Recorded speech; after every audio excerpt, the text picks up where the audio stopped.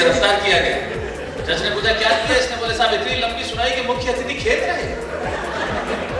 बोले इसको फांसी पे चढ़ा दो, कभी अपनी अंतिम इच्छा बताओ। बोले जज साहब वही कविता आपको सुनाना चाहता हूँ। मैं क्लास में खुद पढ़ रहा था तो टीचर ने मुझे कहा खड़े हो जाओ। मैं खड़ा हो गया, what goes on my father. बोले तुम्हारे पेरेंट्स का हिंदी तर्जुमा आप खुद कर रहे हैं ना।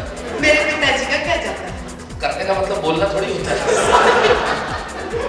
खड़ा हो गया, बोले तुम्हारे पिताजी की पैंट की एक जेब में 100 रुपए है और दूसरी जेब में 150 रुपए है, इसका क्या मतलब है?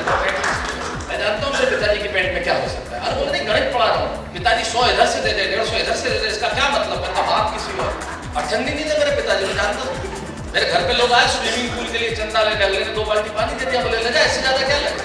एक आया बोले पैसा चाहिए। बोले किस चीज के लिए चाहिए? बोले शमशान घाट पे बाउंड्री वॉल बनानी है। बोले बदतमीज आदमी खड़ा, कहाँ के लिए पैसा मांग रहा है? शमशान घाट पे बाउंड्री वॉल है, जो अंदर है रोड के बाहर और जो बाहर है वो जाना नहीं चाहता। क्या करोगे बेटा? क्या बात है।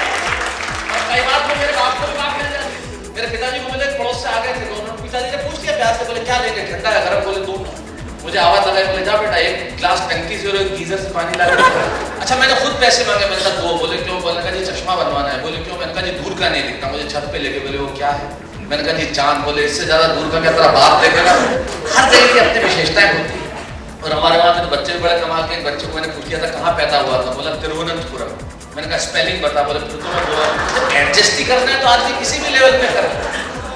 लेकिन दूर का चांद बहुत नजदीक तब नजर आता है जब मोहब्बत हो जाती है। और जब मोहब्बत में आदमी और कुछ न हो शायद जरूर हो जाता है।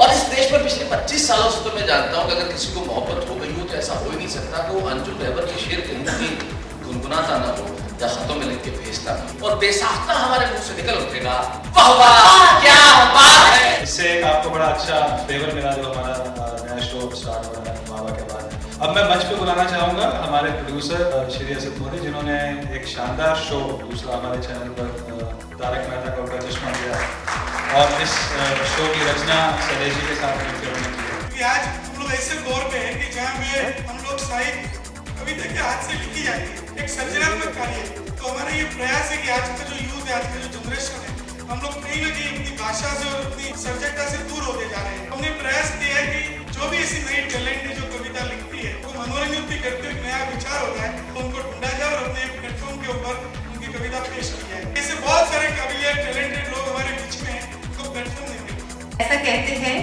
कि स्याही के बिना कलम नहीं चलती, ठीक है, तो तारक के बिना अंजलि नहीं चलती और अंजलि के बिना तारक नहीं चलती।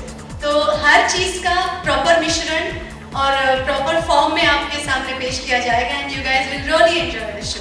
सो एक बार कहिए वाह वाह क्या बात है। यहाँ इनकी बात में मैं एडिशन कर दूं जो मेरी रियल वाइफ है डॉक्टर स्वाति रोहटा, और किसी में 2 पंक्तियों की कविता है कि तुम्हारी हर समस्या का कारण भी मैं और निवारण भी। I am very excited about it.